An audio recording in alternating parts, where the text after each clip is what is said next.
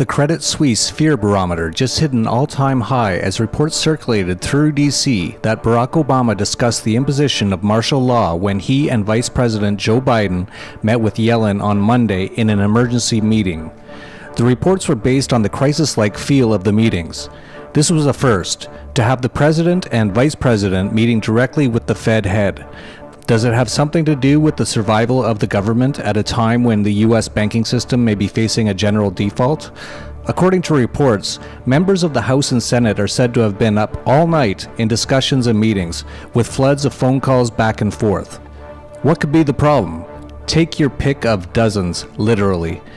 There's South America's largest country, Brazil. It has the 7th largest economy in the world, but these days it is mired in what's been called a depression. Employment has cratered and price inflation keeps rising, bringing people out onto the streets in huge protests.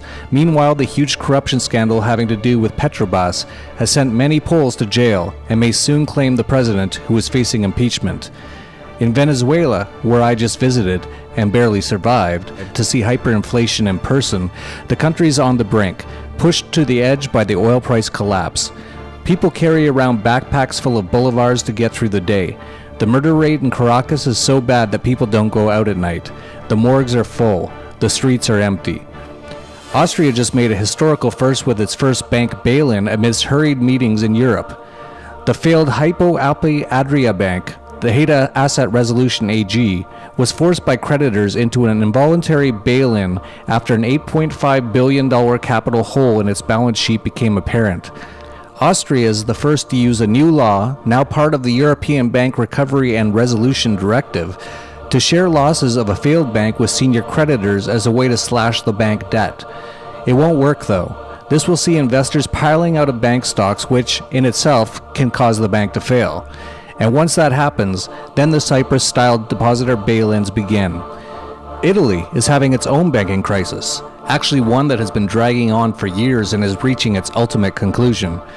On Monday, Italy's finance minister presided over a meeting in Rome with bank officials from Italy's largest financial institutions to finalize a last resort bailout plan. Yet immediately afterward came reports it might not be enough to stop the slide of one of Italy's largest banks into the kind of insolvency faced by Italy's smaller banks. There are reports Italy has been hit by bank runs, and this latest news won't do anything to calm jitters. Italy has bank woes, but meanwhile, various banks have equity woes. Rumors are swirling around the solvency of Deutsche Bank in Germany, which has seen its stock crash near lows that were last seen all the way back in 2009. Credit Suisse and RBS have crashed as well. And in Germany, I have high-level information that I can't even release publicly, but I will tell TDV subscribers in our next issue coming out this week. The reason I can't or won't release this information publicly is that it could cause mass pandemonium in Germany and throughout the European Union if this information were known. Yes, it's that bad. Meanwhile, in China, as part of a secret G20 deal in February, Mario Draghi of the European Central Bank, along with Janet Yellen and other central bankers, slowed easing so that the yuan could devalue faster than would otherwise have been the case. Perhaps this has helped China's industrial exports, but not enough. A noted Chinese economist has just estimated that China would have to debase the yuan by nearly 15% immediately to bring some semblance of order back to the economy. Building a domestic market is not working or not working fast enough for China.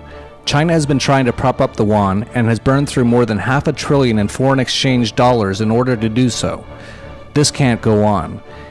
If they dump another $1 trillion or two on the world markets, we'll have the kind of collapse that will mark the end of the economic system nearly overnight instead of more gradually.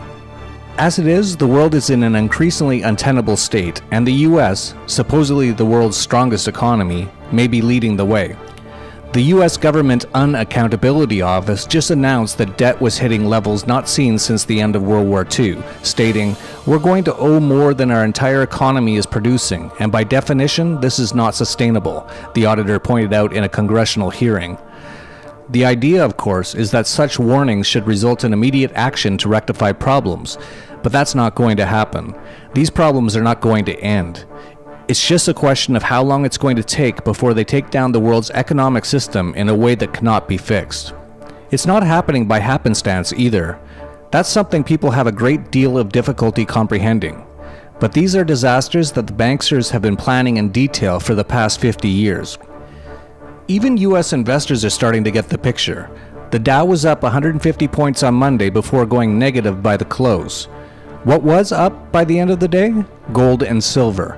People aren't total fools. As fiat paper fails, they start to buy metals again. Every bad thing imaginable is in motion now and getting worse. As planned, and please understand it is planned, the world's economy is becoming unglued and fast. The spectacle has begun in earnest as they rush around the world frenetically shouting about what must be done. But nothing can be done. Nothing is supposed to be done. Oh, some of them may actually believe it, but the people at the top, the ones who put the current global central banking economy into play, know better. And those are the same people who used Shemitah and now the Jubilee year as a timeline for the implosion of the economic world in 2016. The one I've analyzed and often write about. If you want to know more about that, you can go to surviveshemitah.com and look at my most recent video on Jubilee 2016, in which I clearly state that 2016 is the year that the globalists have chosen to pull the plug. And while you're at it, read our white paper, which tells you clearly what you need to do now. Do you think it's any coincidence what is going on? It's not. The markets cracked early in 2016, right around the time that Citicorp declared the US economy was in a death spiral. Just recently came reports that the IMF was planning a disastrous credit event in Greece. Not preparing for one, mind you, planning it. And after that, 11.5 million emails from a Panama tax haven were poured onto the world's media just as the US announced that it will not allow corporate inversions anymore, and numerous governments, especially the ones despised by George Soros and friends, were overthrown. Get the picture? Somebody wants chaos. And it's kind of obvious who that somebody is. They're the people running the show. They've been terribly exposed now by the internet and the alternative media, and the only way they have to hold on to power is to make everything worse, much worse. Look for wars, economic chaos, epidemics if they can manage it, and none of this is 10 or 20 years from today. It's happening now. It just emerged that American planes had been caught dumping supplies and armaments in an area where ISIS could retrieve them again. You know, there hasn't been a real war for decades, maybe for centuries. All of these wars are fake. Not that they don't happen, but the reasons they happen are completely made up. The banksters fund one side and then they fund the other. Thank God for the alternative media where you can still find a little truth. They have engineered the wars, the chaos, the booms and the busts, the debasement, with their dysfunctional price fixing and endless money printing. The exportation of the damnable British system of central banking has now destabilized Europe, Brazil, and China to such a point where the world's entire prosperity, what's left of it, is draining away. Upcoming this week, the vultures will circle around Washington, D.C. The IMF and the World Bank are coming to town, and reportedly some G20 officials as well. Again, the news reports will feature what they plan to do to avert further crises. In fact, they are meeting to figure out how to advance the crises. This is their system, their timeline, their doing. The dollar is going down. The West is going down in China too, not to mention Japan, and the EU. The cycle has turned sharply toward the disaster we've been predicting since we began the dollar vigilante in 2010. We were sure the dollar was destined for destruction then, just based on the numbers alone. The only thing that has changed in the last 6 years since we began is that we now know it was not just destined for destruction, but it was planned. The trends are firmly in place and the ones who put them there are still in charge. As I mentioned earlier, our Jubilee video and white paper are available for anyone who wants to understand the timeline they are manufacturing and why 2016 is the year they have chosen to aggressively advance their global destruction. They are putting everything in place now.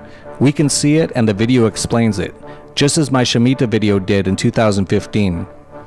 For best results, you need to subscribe to our Dollar Vigilante newsletter to get information on the specific timeline for the destruction taking place. That's the best day-to-day protection you can get at this point, and we're offering it at the lowest possible price to reach the most people we can. We're at our best at times like this because we've been preparing for this day for years. We understand what must be done to protect your prosperity, and we understand the alternative investment strategies that can increase your wealth while those around you are losing significant, even unbearable investments and savings. Just these past few days, TDV's senior analyst Ed Bugos has seen his leveraged gold stock trade soar up 173% from his initial buy, and he just closed out a 900% gain on buying the Japanese yen and shorting the dollar. You can get all Ed's exclusive picks in our premium newsletter. Things are happening fast now, and you won't find out what is happening until it's too late on your mainstream television programming, or from the great majority of financial advisors who work for and take direction from the very system that is orchestrating this collapse. Janet Yellen, Barack Obama, and most other central bankers and finance ministers from around the world are behind closed doors preparing for something. Do you think it's for the good of the people? If so, it'll be a first.